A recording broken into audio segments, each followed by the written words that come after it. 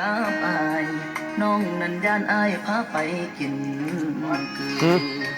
อยู่กันมาเกือบปี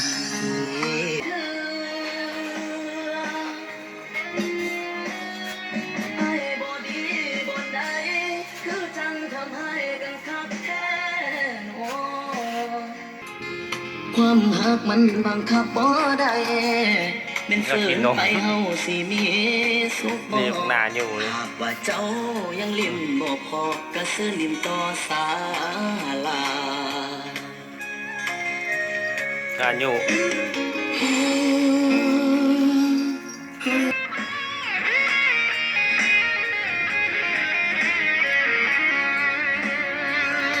กันมาเกือบปี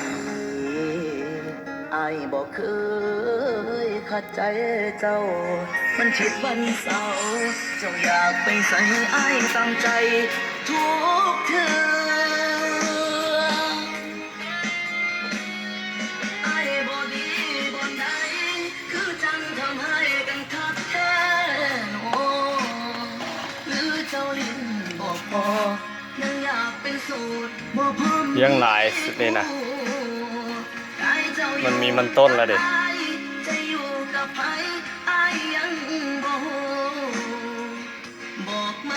กำลังใหญ่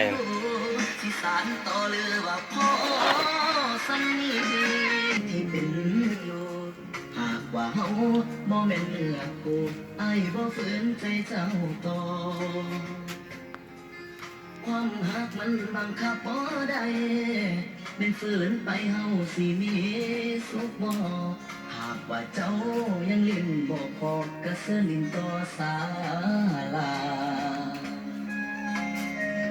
ป้อมยกเลิกสัญญา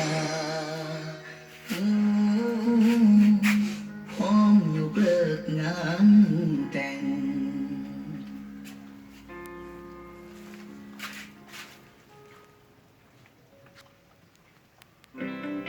ไปบุญบังไฟคอยได้เห็นความสามัคคีและเห็นความอุดมสมบูรณ์